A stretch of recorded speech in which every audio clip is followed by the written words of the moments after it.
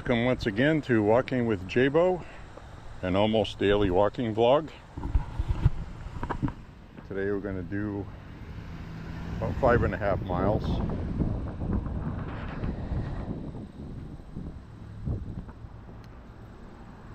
Got a few things to talk about today we've not talked about yet. Brand new material. Important discussions. Things we must converse about. Watch a little squirrel run across the road.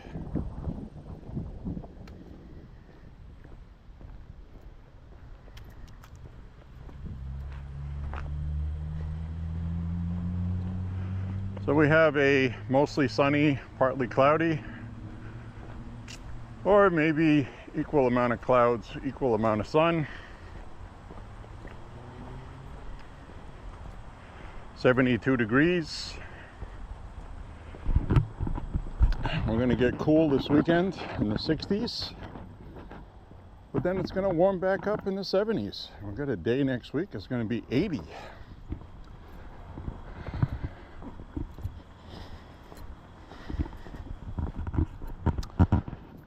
So my friends, hope everything's going great with you guys. Things are just ducky. And wow. I was watching some congressional hearings today with Kash Patel. And just about every Democrat is either trying to accuse Kash Patel of profiting with stock trading, or they're trying to implicate Trump with Epstein. Seems to be an endless thing with them. They really think they have something and they keep harping on it. So of course he testified again, like he did in front of the Senate yesterday, and said there's no information. You can't force the courts to release what's sealed.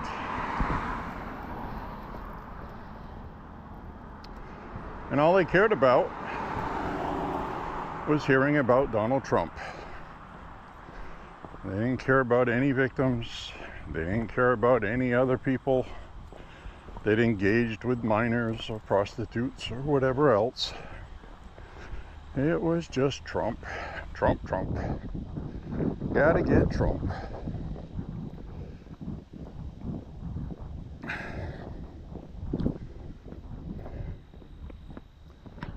So, very clearly Washington, D.C. is broken. I don't know what to do to fix it. I really don't. And I don't think the handful that are in Washington, D.C. that want to fix it know how to fix it either. Do we just let it implode? Do we do that? The Democrats spent the entire day today of trying to, I gotcha, trying to imply that Kash Patel was removing resources from one place to put them somewhere else. He had to explain everything. The Democrats looked stupid today, they really did. And they're not going to learn from it.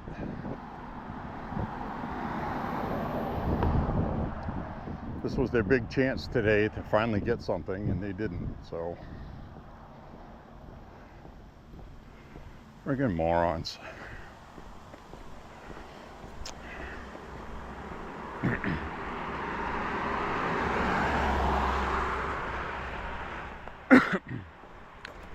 So I'm going to turn the camera around up ahead here in a second, and a couple of big things to talk about. I'll turn it around now, I guess.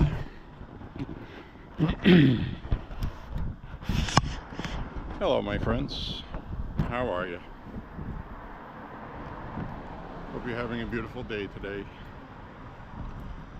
One of the things I wanted to talk about was the Tyler Robinson text conversation with Lance, who I will refer to as the Furry. If you don't know what a furry is at this point, I first heard of that almost 2 years ago. Look it up. Basically, it is a fetishism where grown men, and sometimes teenagers, well, mostly teenagers, like to pretend they are animals, and they want you to treat them like animals. They actually go, or they'll bark like a dog, or they'll meow, or they'll ow like a wolf. But basically it's part of the self-ID thing. A lot of them, it's sexual fetish. A lot of it is some people that just don't like who they are as a person and they want to be something else. And with self-ID, they promise you everything. Just say you're that and you're that. You're a maple tree. You're a bush. You're a Cadillac. Meep, meep. So this is what they do. So this guy that took out the beautiful Charlie Kirk was having a relationship with a furry. Can't make this stuff up. So anyway, this furry had a text exchange with Tyler Robinson after Tyler Robinson did the shooting. And it's a matter of public record now. You won't have difficulty finding it. And there's been a lot of speculation about whether it is the actual text transcript or the way that the police have transcribed it from photographs taken of the text. But they have the actual text. Now they released these transcribed, and they have the usual kind of things you would text with, like ... in between words, more than one question mark. So it's not like they're making that up when they transcribe it. That seems to be the argument online. They want to see the actual text. Conspiracy theory internet, that's what it does. But anyway, I have a different viewpoint. I usually do. Could be nothing. Don't take what I say seriously. I don't have any special powers to do anything other than anyone else. See what's available and come up with ideas. You read this text back and forth, and there's something glaringly obvious about it that people didn't notice. They're just not seeing what I'm going to tell you. And then after I say it, you're going to go, oh wow, you're right. Wow. But first I'll say the FBI and law enforcement in Utah are not idiots. I'm sure they saw the same thing. They're just not talking about it in public for a strategic reason, which I'll get to in a moment. Now, not to keep you in suspense, let's get on with it. I'm not monetized, so the longer I keep you viewing doesn't put money in my pocket. What they're doing is, oh, time for an advertisement. You'll have to wait 3 minutes for an ad. Just kidding. So, you have this text exchange back and forth where he's texting with his roommate after shooting somebody, after assassinating Charlie Kirk, texting his roommate. And you can read the text exchange. I'm not going to go word for word over the whole thing, but Basically, what's missing, in my opinion, is where's the panic? Where is the angst? Where is the emotion? Where is all that stuff? They get texted about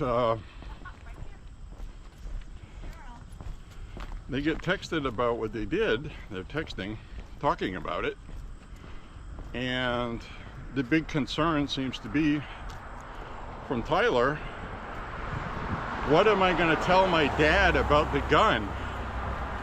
He's going to go ballistic. He didn't use those words, but that's what he's saying.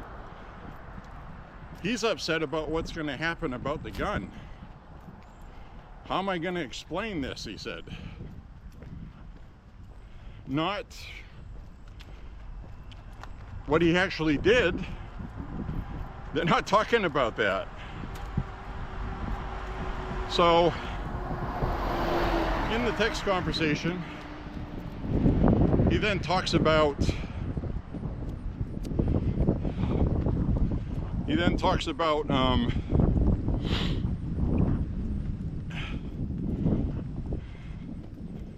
his roommate says, "Did you do it?" And he says, "Yes, he did." And then his roommate just calmly asks, "Why?" Not, "Oh my God, what are we gonna do if you get caught? I love you so much, we're never gonna see each other again. How am I gonna pay the rent? How am I gonna eat? What are we going to do, Tyler? I'm so scared." No, just nothing. Nothing at all. Completely not normal. So,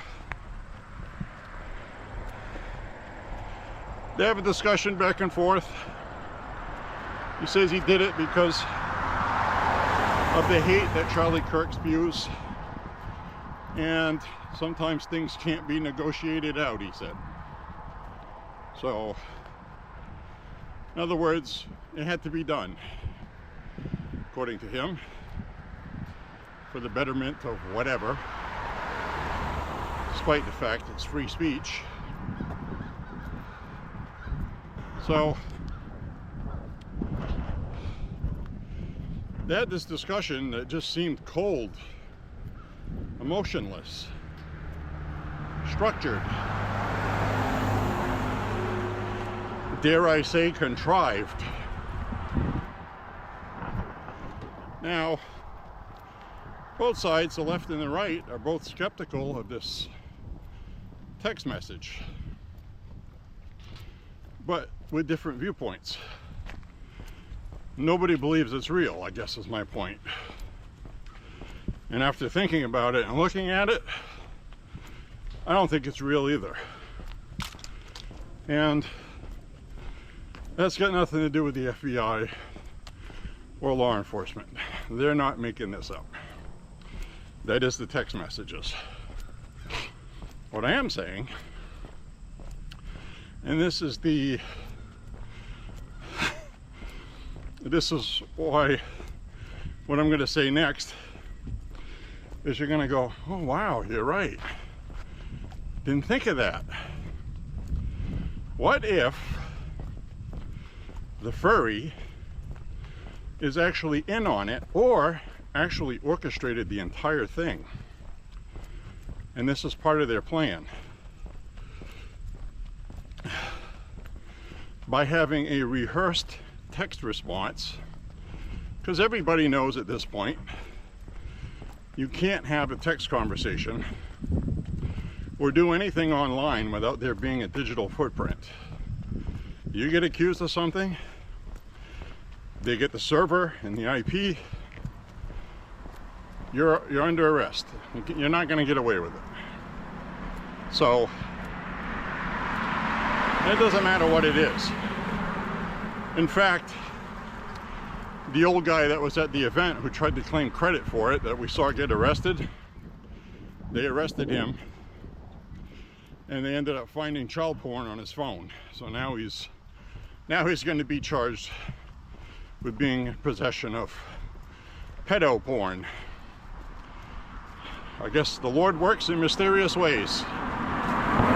So his whole point was to distract the police to give the killer time to get away. As we get our first Halloween pumpkins outside here. So what I'm thinking, this is my theory, still too early, we don't have all the info, but we do know two things. One, there was a note, physical note, left underneath the keyboard that he had left for his roommate in case something happened and he wasn't able to talk to his roommate again, like if he got killed while doing it. There's a note that said he did it and he was sorry, blah blah blah. Now in the text exchange they had, I saw the entire text exchange, not just the first edited excerpt that I saw at first. And they talk about, he tells him, Tyler Robinson tells him to destroy the note. The roommate does. So rather than keeping it for law enforcement, his roommate destroyed the note. The FBI has confirmed that because they had to do forensics on the note. They didn't say how the note was destroyed. They didn't say if it was ripped up, shredded, burned, but the FBI said they recovered the note through forensics, whatever that means. So that establishes the roommate as helping to cover up a crime. He did not cooperate until the police were knocking on his door. Okay? That's when he allowed them to take photographs of the text. Now, what I would like you to think about is the roommate in no way at all contacted law enforcement. He didn't do the right thing. And there is a certain degree of, okay, that's understandable. You're in a romantic relationship with someone. And,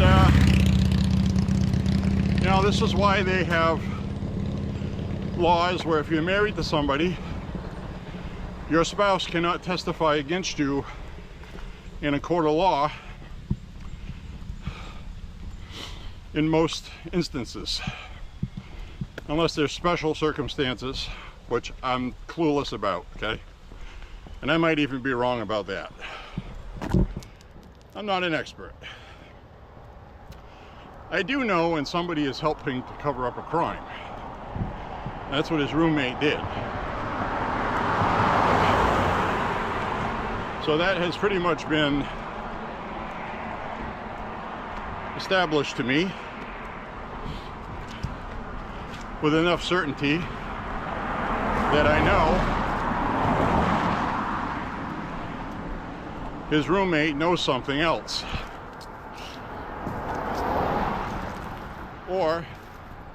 And the reason why I say that is, one, he destroys the note, which the FBI recovered. He didn't contact the police.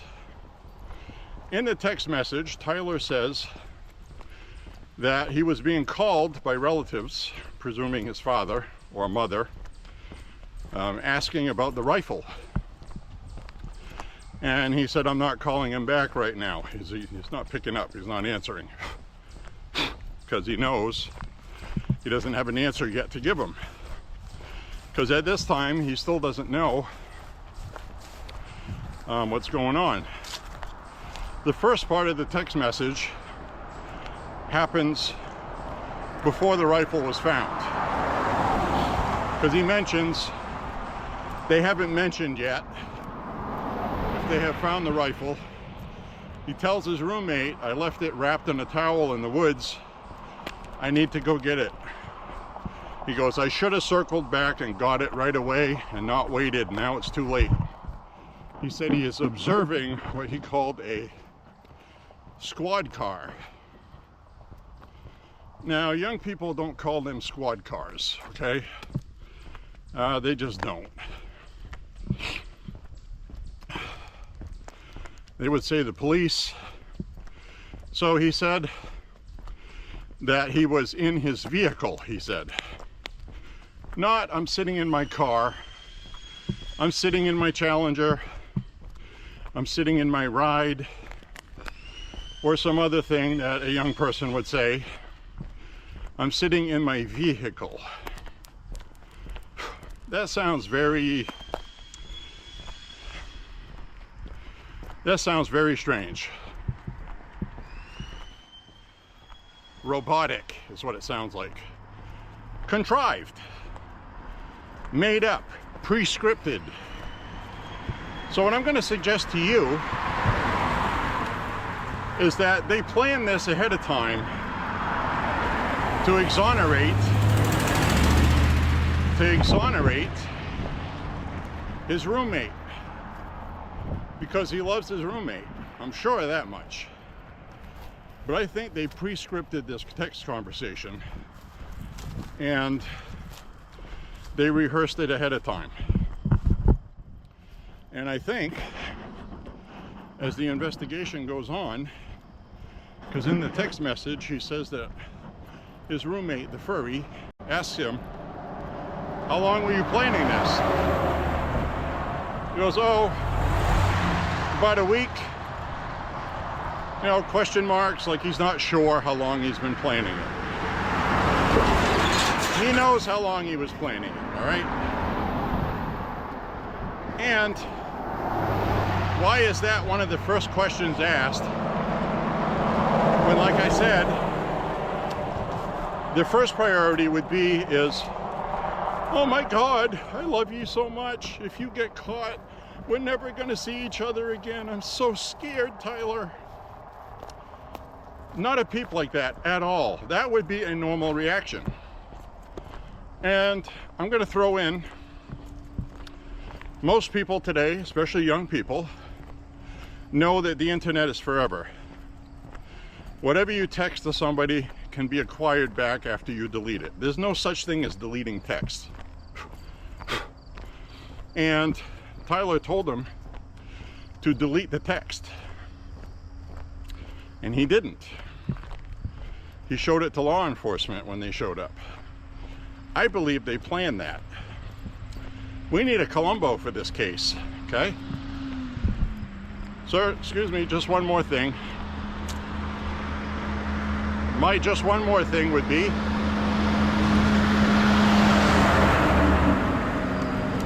mine would be,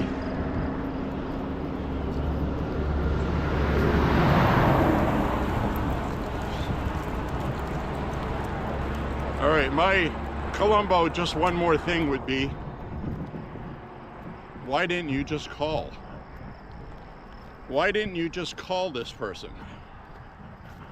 What would be the reason for even texting? Say, my brother works out of state a lot, okay? We send texts back and forth because that's more convenient than talking on the phone all the time. That's the whole point of texting. But when something big happens, something arises, we call each other. That's a natural reaction, because to sit there texting is painfully slow. It takes too long. Another thing with these texts is the kids' grammar is perfect.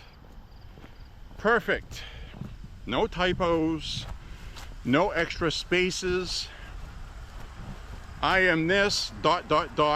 because of this, ... right? Put a comma, and then right. Question mark, and then there'll be like 6 question marks. Nobody does that when they're texting. So it seems unnatural, contrived, structured. And I'm not saying that they copied and pasted their text replies, but I'm saying possibly they did. and the devices were seized. Any notes that they had written on their computer, the FBI knows how to retrieve those, even if you delete them. So, especially if you use a cloud, because there will always be a trace, you know, like Apple products. If I do something on my iPad or my Apple phone I have that I don't use here when I walk, and my MacBook, they're all interconnected on a cloud. So when I write a note or send a text on my iPhone, it gets stored on the cloud and it shows up on my other devices. That's how that works. They're all synchronized with the cloud. So, point being, whatever they did, it will be found out if they're lying. So these kids live in a digital world. And how do I know that they know that as well? Because the excuse I've seen is, well, they're just kids. Maybe they didn't understand that. Nah, no, they weren't kids, okay? He's 22 years old. His lover and his adult. They know this. So, they just know. Everybody knows that. So that's not an excuse that you can use. And how do we know that they knew that? Because he left a handwritten paper note under a keyboard. That's how I know. So I think what they did is ahead of time, they said if I get caught, this is this scenario we're going to use. And I think that's what they reenacted real time, because I believe there was a Breaking Bad episode where that was actually part of the storyline. I've never seen it. I've never watched Breaking Bad. I'm just saying, I've heard somebody mention that today online. I was like, that's possible, very possible, that they were mimicking something they saw from a TV show they watched on how somebody got away with it because they did that. My personal view, and it's still early, is that the furry is the one that was a furry, self-ID, and the furry is the one that is trans and was going to be having surgery soon.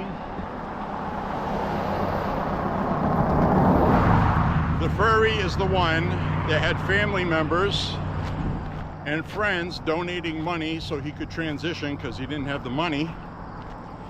The reason why he didn't have the money, which hasn't been revealed yet, is my guess, it's just my opinion. We're going to find out that a university that he was going to have surgery at no longer does them because of Donald Trump and the conservative movement, who wants to eradicate transgenderism, which I've explained on my walks enough times. Transgenderism is not being transsexual. Transgenderism is like a religious cult with these people, far left extremist bubble, neo-Marxist far left extremism. And we haven't found this out yet, but I think he was denied because of that, or was going to have problems with it. And we're going to find out online content from his furry, which we haven't seen yet. This is just my opinion from what we know today on September 17th, that the furry is really angry, violently angry against Trump and people like Charlie Kirk. And I think the roommate coerced Tyler because he has issues. He's not a dumb guy, he's very smart. I've been finding out about his academia, 4.0 GPA, excelled in school, excelled in everything, calculus. And he dropped out of school after his first year. Probably because he felt he was too smart for school, or socially, he's a misfit and didn't fit in. Or we'll probably find out he ran into his roommate and they started his relationship, and he was hanging out in the same Discord chat groups and was just taken over by his roommate and ideology. So I think we're going to find out that the FBI is publicly saying the roommate is being cooperative. He's not a suspect.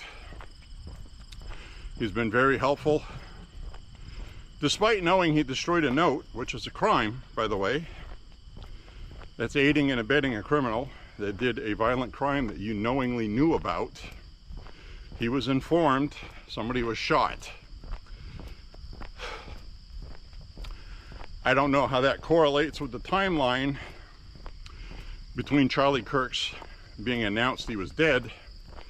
This texting happened somewhere after the shooting, where the gun hadn't been found yet, to later on in the day after the gun had been found, because Tyler was very concerned his dad was going to recognize it, because he had seen the photographs the FBI released of the rifle.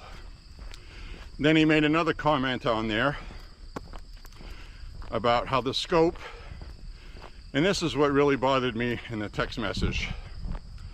He said that the scope was worth $2,000. Grandpa is not going to be happy about losing it. But apparently the scope worked very well, kind of like a winky face. Like, the scope worked very well, didn't it? Wink, wink. Like, it took out Charlie Kirk, and it did what I wanted it to do, so it's a great scope. So there's absolutely no remorse in the text. No emotion from either one of them. Either one of them.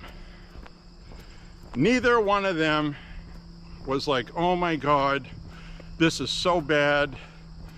You're gonna get caught and this is all gonna end. I love you. So none of that. I honestly believed that this is part of their ploy to cover up and exonerate the roommate. And this would not be the first time in history where a roommate, lover, wife, husband coerces their partner to embezzle money from a bank he works at or she works at, or conspires to kill somebody together as a tandem. And they always come up with this elaborate scheme. We're not going to get caught because this is what we're going to say and do under these different scenarios that could happen. This is what you're going to say. And I think that's what we're watching here. And I'm pretty sure the Utah police and detectives are not morons. If walking J.Beau in Maine has that possibility of that, then I'm sure they do as well. Let's just put it that way. And a lot of people have not thought of that angle, but that was glaringly obvious reading the text. There's no emotion in it, nothing. Like, everything they're saying is pointed towards making the roommate not guilty. Why did you do it? Oh my God, was this really you? And the simple fact, they left breadcrumbs. It's like once Tyler knew he was going to get caught, I mean, for somebody that's so smart, and this Tyler Robinson is smart, okay? I'd even say he was a genius. Probably has Asperger's, some kind of autism spectrum disorder. I think we'll find that out.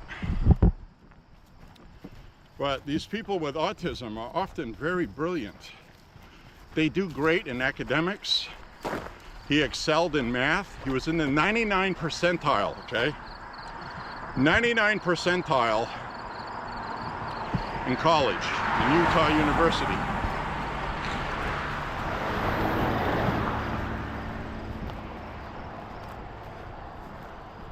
But did everything wrong when he did the crime.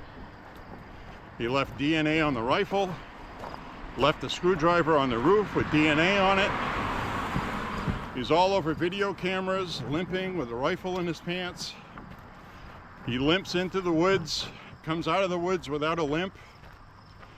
I mean, it's like, come on, you know? And then he goes into a neighborhood and disappears.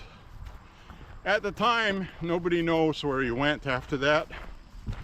But since then, we've found out he has a gray Challenger, so obviously he parked somewhere in the neighborhood.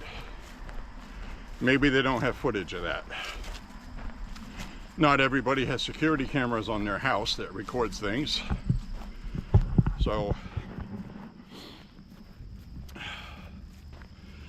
it's one of those things that I honestly believe there's something to that. Because it was obvious. He did not contact law enforcement. He didn't cooperate until they knocked on the damn door. That bothers me. And he willingly destroyed the note under the keyboard. So the police show up, and their plan was to show the text. And he did. Law enforcement took pictures of them, said he's cooperating. Then in the text, it mentions a note. So where's this note? Oh, I destroyed it. Okay, why'd you do that? I don't know what he gave for a reason. He had to have given some kind of reason. So,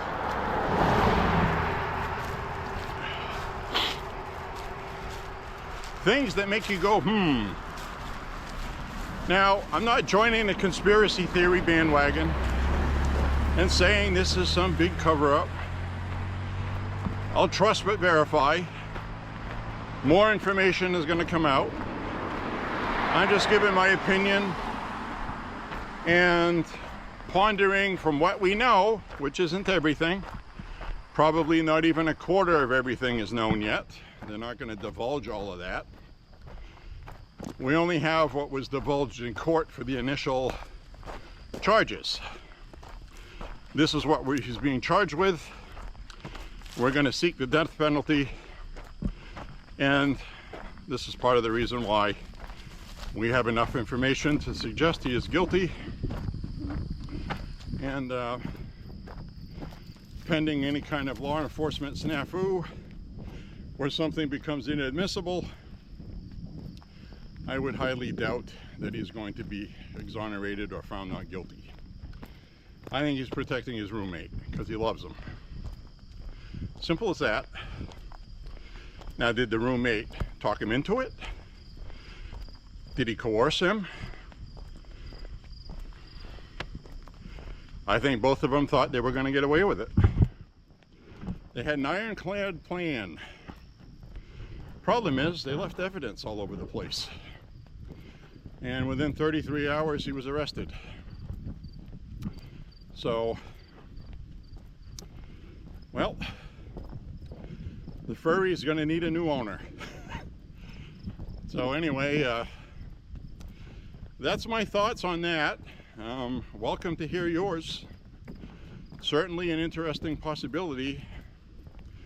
They might even forensically find 4 other scenarios, depending on whether or not they got away with it. And sometime in the future, they get questioned about something. So, what the FBI is doing right now is they are getting warrants and subpoenas and affidavits, and they are interviewing at least 20 people. They said there's more than that. There's a lot more, they said.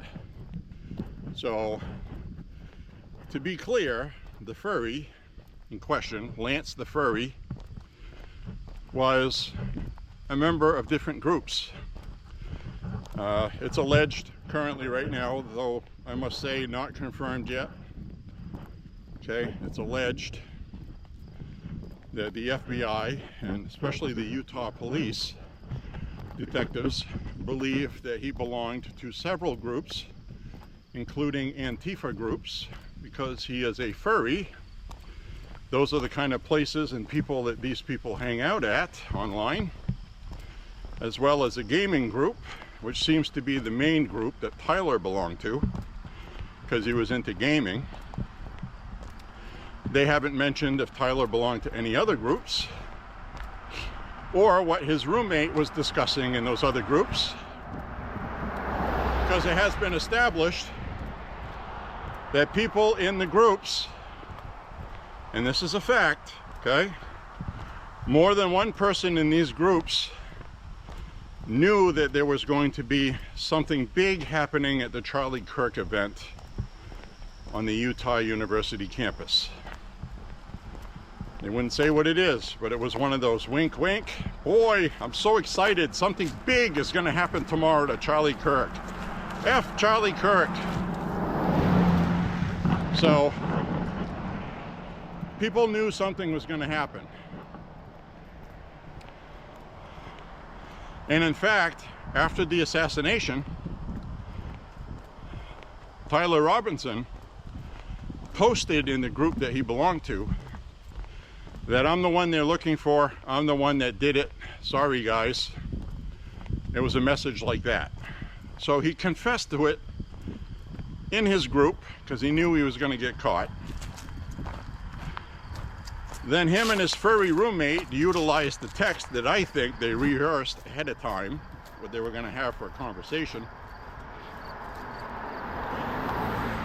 Being careful on what they say to not give that fact away, which is why I think there was no emotion in the text conversation. Glaringly obvious, there's no emotion in it. You can read the damn thing head to toe 100 times, and when you do, you say, what would you do if that was you in that conversation? How would you be reacting? I would be talking to somebody on the phone. One, there's not going to be any record of what you discussed unless the phone call gets recorded by the CIA or something and it gets subpoenaed from a national data bank because they spy on Americans, which could happen, I guess. But you'd have a timestamp when you called, and then you could say what you talked about later. Maybe they thought of that.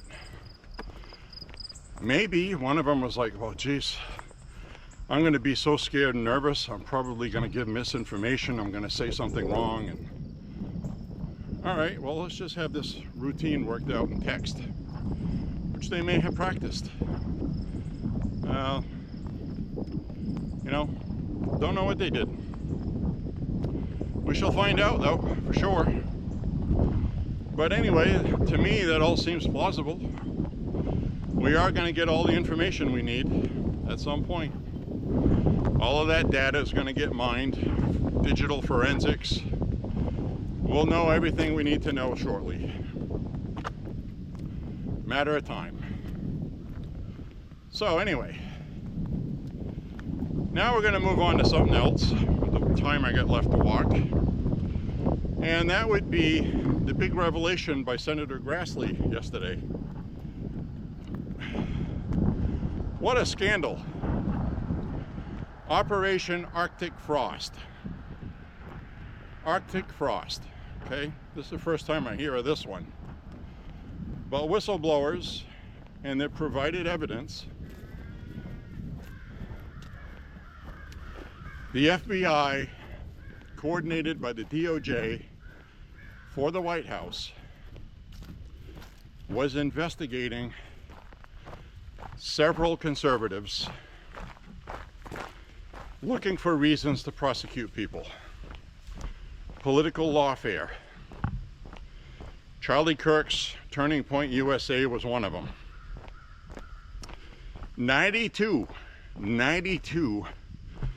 different groups and organizations. That includes people like Matt Walsh, Tucker Carlson, anybody. And these organizations. There's a mother's group fighting for children's rights against the trans identity stuff. That was one of the groups. And so they were targeting these groups for investigation to find information on them that they could use against them, presumably to prosecute, charge crimes to. This is our own government doing that. Abortion clinics, abortion organizations, anti-abortion, I should say. They locked up elderly women who were protesting abortion, 60s and 70-year-old woman, and one that was actually older, sentenced to 30, 40 years in jail, a death sentence basically, for protesting on federal property illegally. There's an obscure law that was passed where if you protest and block medical care, it's a felony charge. They consider aborting babies a medical procedure. So these old women were charged, and all they were doing, well, they were peacefully sitting in an abortion clinic lobby protesting with signs. That's what they were doing. They got 30, 40 years. Trump pardoned them, thankfully. And so this is the kind of thing they were doing. And now we know it was part of a systemic operation in our government to destroy conservatism in America. They were going to systematically prosecute all conservatives that they could. And that was part of the kidnapping thing against Whitmer, Michigan. Let's see, 14, I think they had charges against 14 people. 9 of them were found guilty of a crime and sent to jail, and 5 of them, the charges were dropped. They were released. So they have been trying to lock up conservatives, and those ones in the Whitmer kidnapping, that was orchestrated. That was an FBI operation. They recruited these people. They sought these people out online to join in on it, and they stupidly said yes.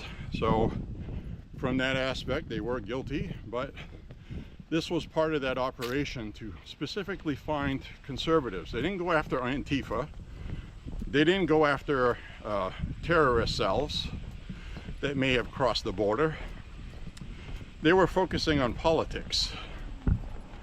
So they got caught again. And people need to go to jail. They just have to. And Kash Patel was asked today about James Comey because he was leaking information to the media through a college professor friend of his. He was leaking information to that college professor, who in turn was leaking it to the Washington Post, I believe, about the Russiagate scandal, which wasn't true. Remember, Russia. So James Comey, that's seditious behavior. Leaking classified information is a felony. And Kash Patel would not answer today about James Comey. He said, we have an ongoing investigation. I cannot comment on that. So then the Democrat was like, so you have an investigation active? Yes, sir, we do. So these people are being investigated, and if there's anything there to prosecute them on, they will be charged. That's why I said we're draining the swamp. It's going to take a while. It's not going to happen overnight. This is going to be going on for the next 3 years, okay? But this is what we're going to have. So my prediction is, if the Democrats should manage to win the House next year, they are going to come up with a new scandal to try to sell to the public. And because they have the House, they're going to be able to have committee hearings. All of these hearings with conservatives are going to come to an end. So this has to be done in a very short window.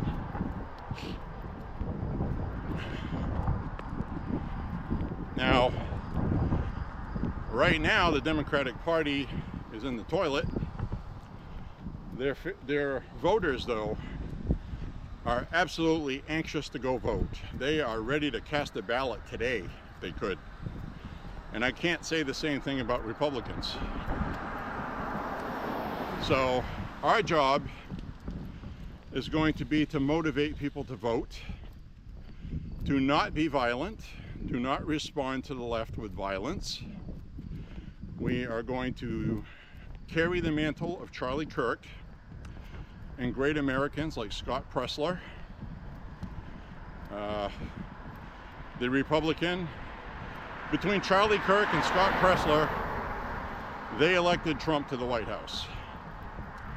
Scott Presler almost single-handedly won Pennsylvania for Trump, and Scott Presler was thanked at the White House. And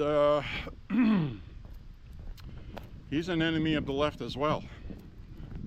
He's converting a lot of people from the Democratic Party to switch parties to voting Republican. So he's a target, and I worry about him. The real funny thing about it is Scott Presler is openly gay. Republican Party has openly gay people all over the place. We got Hispanics, we got blacks, we got lesbians, gay men, and some trans people. It's the party of common sense, and they have seen the bullshit of the left and decided that they were on the wrong side of it, and they left. So, what this Charlie Kirk thing that has happened, and revelations like Arctic frost, is it's showing people in this country, really for the first time, that this wasn't just Donald Trump talking and spewing conspiracies. So now there's people that don't like Trump that are like, well, this didn't come from Trump. This comes from somewhere else, and I'm not seeing the Democrats deny it. So they're starting to wake up and realize that this is actually what the Democratic Party has turned into. And now you got Kathy Hochul endorsing a socialist in New York for mayor. And you know what that son of a bitch socialist did? After she endorsed him, he denounced her. That was in the news this week. So he's already turned his back on her because she says she's part of the problem. She is why you can't afford rent. She is why this, that, and the other thing. So the Democrats are getting a rude awakening how ruthless socialists are. And they better have a wake-up call, because there won't be a Democratic Party left. So we're going to see a lot of interesting stuff happen over the next year till the next midterm election. It's going to be very interesting to watch what happens. So anyway, I'm going to turn the camera around for a little while. So we have Arctic frost. What do you guys think about that? Have you heard anything about it? What do you know? What do you want to talk about? I think it's very interesting. I really do. So anyway, we'll enjoy the rest of our walk. Shadows are getting long. Hi. So the shadows are starting to get long now. Days are getting shorter. It's still mild, still nice.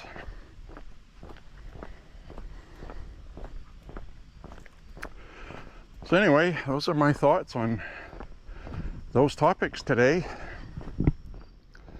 So that is big news that broke yesterday. Arctic frost.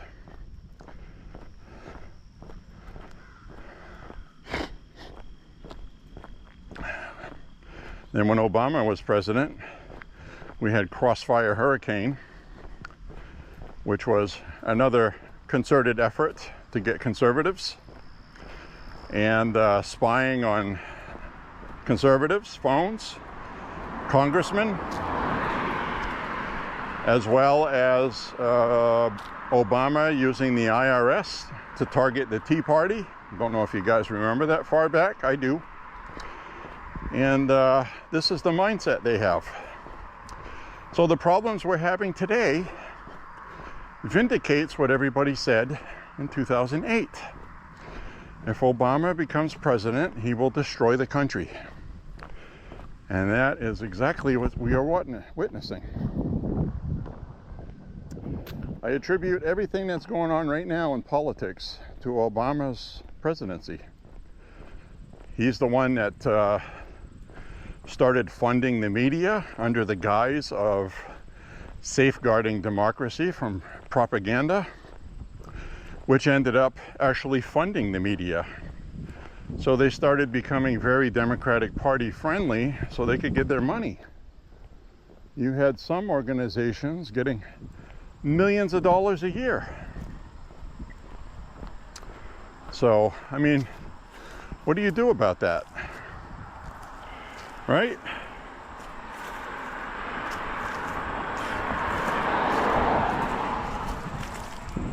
So what the hell do you do about that, really?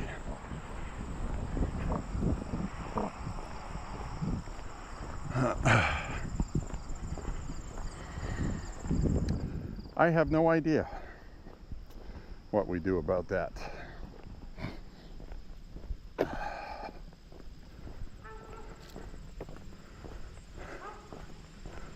Best we can do is vote to fix it. Hope it gets fixed.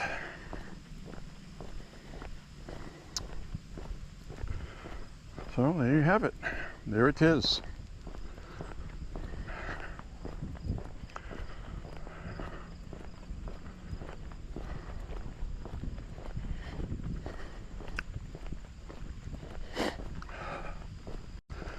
Anyways, I'm going to finish off this walk today. Hope you're enjoying the walk. And I still haven't bailed up this field out here yet.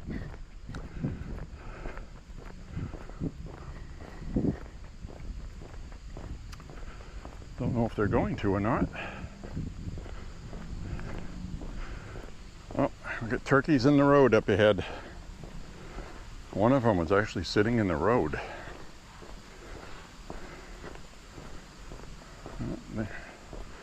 Why did the turkey cross the road?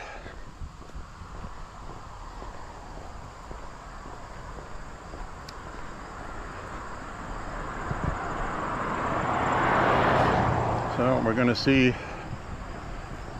the turkeys, the gobblers. There they are.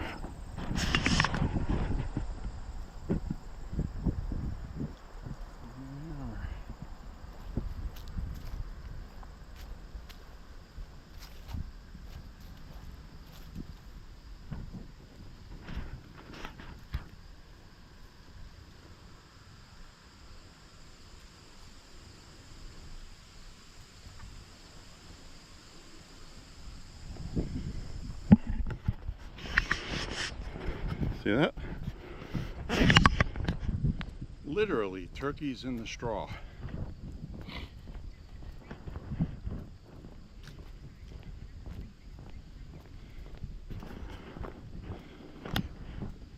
I'd sing the turkey in the straw song, but it's probably copyrighted and I'll get a strike on my channel. They'll tell me to remove it. But you know the song.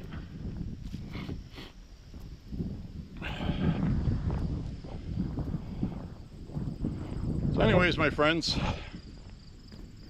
this is a crazy time we're living in. I lost my sunlight. Now the bugs are coming out, these gnats. I hate gnats. They do gnatty things like bug you. That's why they're called bugs.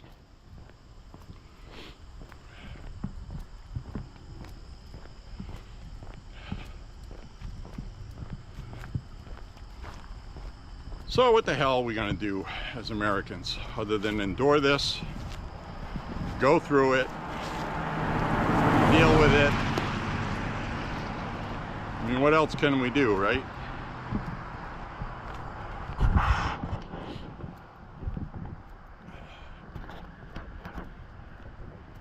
We are just citizens. But we have the power of voting.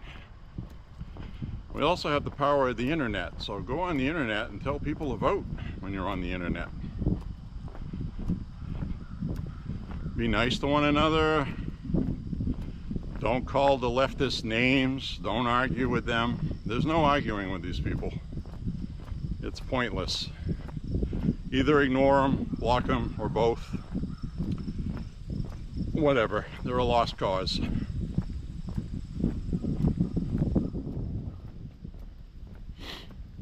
So, that's my advice. Don't get angry and say stupid things. You know, sometimes it's difficult not to get angry, especially when you see Charlie Kirk get shot and then you see these people dancing a jig over it. Really terrible. And people understandably get very upset when they see that. And they're trying to defend it. Oh, it's free speech. People can't be fired for that. Oh, sure they can. You know? You can't walk into your workplace and I'm glorifying murder. Let's go out and make sure everybody dies today. I mean, you say stuff like that, you're going to lose your job. It's got nothing to do with free speech. You have free speech to say whatever you want, but with that comes consequences for what you say. So, you know, that's just the way it is. Free speech means you can say what you want, but, you know, you should expect somebody to do something or say something that's legal. And a workplace does not need a reason to fire you. They don't, not at all. They can just say, well, you know, this person's attitude, it's not a fit with this company, and let you go. That's, I don't know. You don't have any legal recourse. They cannot fire you, though, because you're white, or because you're this, or because you're a Christian, or because you're not a Christian. That is discrimination, and that's the difference. So, person losing their job over their comments on Charlie Kirk is not because of who they voted for or what side of the aisle they're on. It's because of what they said. So, and when Joe Biden drops dead, which he's going to, we can't go online dancing a jig about it. And most of us wouldn't do that anyway. We would just say he's a jerk, goodbye, wish you well. I didn't like him as president, I thought he was a jerk. That's a lot different than being happy he's dead.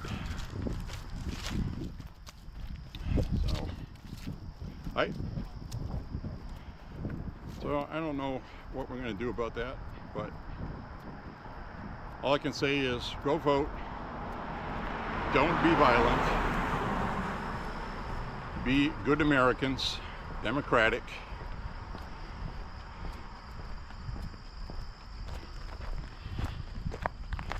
I've been seeing them desperately trying to paint Charlie Kirk as a racist. Digging up old conversations. Jake Tapper yesterday on CNN of Charlie Kirk saying black people's brains don't have the capacity to reason things. He was saying, it was taken out of context, of course. He was doing a podcast. The conversation was about Joy Reid. Joy Reid stated that she had her job in MSNBC because she was black, referencing DEI. That came out of her face. So what Charlie Kirk was saying was in quotations, you know. He was saying that Joy Reid didn't have the brain capacity to reason things out, because that's who they were talking about. And that he mentioned the part they cut off, that if he says that, they're going to turn around and say that I said black people don't have the brain capacity. And that's what CNN showed. They didn't show the part before that, explaining the context of the conversation, which is what the media does. They take quotes out of context to make people look bad. See, Charlie Kirk's a racist. You heard it right from his mouth. So I just told you what the conversation was about, which is why I don't watch the media. Because if you watch the media, you'd hate the world.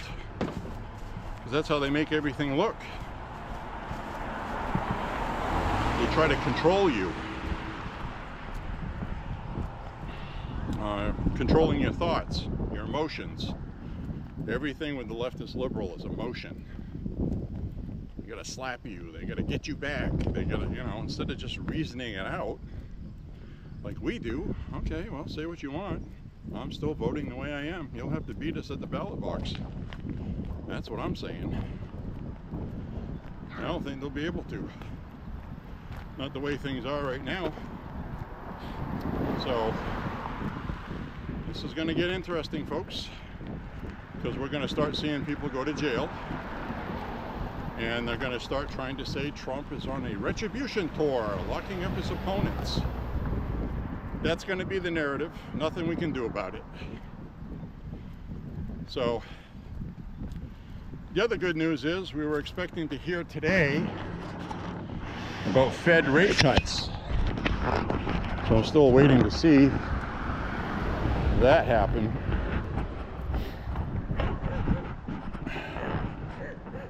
And it's been rumored that the rate cut might be bigger than what was expected. That would be really awesome, because that would unleash the Trump beast, the economy. That would make it a lot cheaper for people to finance a home, a car, all kinds of things. Things that we need in the economy right now.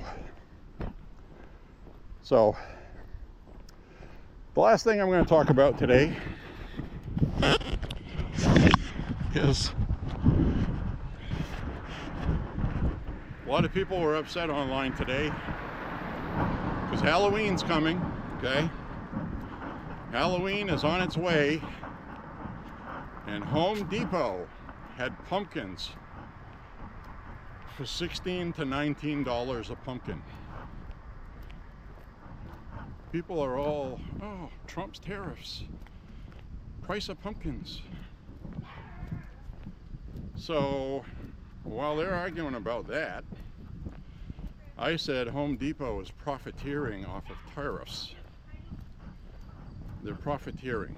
Trump said he was not going to put up with that. So I don't know what he's going to do. But if you go to the Walmart website and look up pumpkins that measure 10 inches to a foot across, they're $3.97. $4 pumpkins at Walmart, $16 pumpkins at Home Depot. The other thing is the super huge, big pumpkins, the bigger ones, were 18 something and the smaller ones were 15 something. At Walmart, the medium-sized are $4, which has actually gone down quite a bit, because for a while pumpkins were pretty expensive. We used to buy some once in a while to fill with water and shoot them at the range, and we stopped getting them because the prices went up too high. Watermelons too. I haven't checked the price of watermelons, but that was getting out of hand for a while. So I will tell you, right now it's like some things, most things, the prices are going down. Some things they went up, and a couple items went up a lot. Coffee I went and did some groceries and I was shocked. The same can of coffee that I was paying 14 something for is now $23. It's almost doubled. And that has to do with Brazil mainly. Trump put a 50% tariff on Brazil because they were politically persecuting Bolsonaro, who is a friend of ours. So I don't know what other tariffs that's going to affect, but I'm assuming that Taurus firearms made in Brazil and Heritage Rough Riders, the price of those are going to go up to almost double. I haven't checked on those prices lately, but the old stock that's still in circulation will be priced lower. And then as soon as they get through that, whatever they had to pay for because of the tariffs, the prices are going to shoot right up. So I'm expecting Taurus firearms prices to go up very high. A lot more than what they're worth. So the $300 cheap 9mm Taurus G, whatever the hell they were, GC3, it was like $325, $300. Those are probably going to be $600 pistols now. So just letting you know, Heritage Rough Rider you could get for 120 bucks will be 240. So that's where we're going. Now anything made in the United States will stay the same in price. Anything imported from Turkey will stay the same price, which means Canik, Rossi's, made in Brazil, those are going to go up. So that's where we are. But anyway, the price of coffee right now had an incredible double in price just over the last 2 weeks. You're going to start noticing it at Dunkin' Donuts, Cumberland Farms, Starbucks. That should be kicking in any day now, and you're going to start getting a double cost unless the store chain decides that they're going to eat the tariff cost or some of it, and instead of doubling the price they'll go up 25% or 50%. But either way, prices are going up for coffee until Brazil works things out with the Trump administration, which they will eventually. But you know, the point is, this isn't happening across the board with all foods, all beverages. So pumpkins are cheap unless you go to Home Depot and they're ripping you off. Maybe Home Depot overpaid for those. I don't know what they did. But just go to Walmart to get the damn pumpkin, $4. Prices of eggs are cheap. Price of milk has gone down. Price of a lot of things have gone down. I noticed that when I just did groceries. I was like, wow, this was not as painful as it used to be. That was noticeable. So the only thing that got me was coffee. But I saved some money on enough other stuff, like my trail mix I like. For a while, those were $8 or $9 a bag. That's how high they got. They used to be $5.98. Now they're about $6.98, $7. So they were selling for $8 or $9. So they've dropped in a couple dollars. So if they do this rate cut, that's going to help inflation come down, and prices will come down some more. So next year at this time, people are going to be enjoying some really nice prices. We got to fix what the Biden administration broke, and some things are going to be expensive, some things are going to go down, some will go down some will go down a lot, some will go up. And you can literally see that in the vegetable shelf. You have onions there, certain onions that come from a certain country, prices went up. Other onions from somewhere else, they went down. So I just bought a bag of red onions for $3. And the sweet onions and yellow onions that Walmart has from out of the country was $5 or $6 a bundle. Well, I'm not going to buy those. And that's the intended purpose of tariffs. We're going to find alternative things to buy from countries that went along with the tariffs. That, okay, we'll cooperate. It's fine, okay, just 10% across the board. When you import to our country, this is what it'll be. Shake hands.